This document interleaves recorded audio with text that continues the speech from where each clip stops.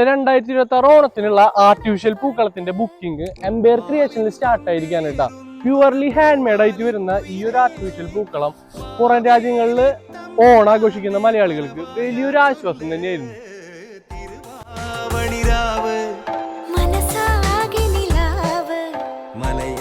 Indian express, times of India എന്നിങ്ങനെ പല news പേപ്പറുകളിൽ വരെ ഇടം നേടിയ എംപയർ ക്രിയേഷന്റെ ആർട്ടിഫിഷ്യൽ പൂക്കളം പുറം രാജ്യങ്ങളിൽ കയറ്റിയതിന് കയ്യും കണക്കില്ലാട്ടോ.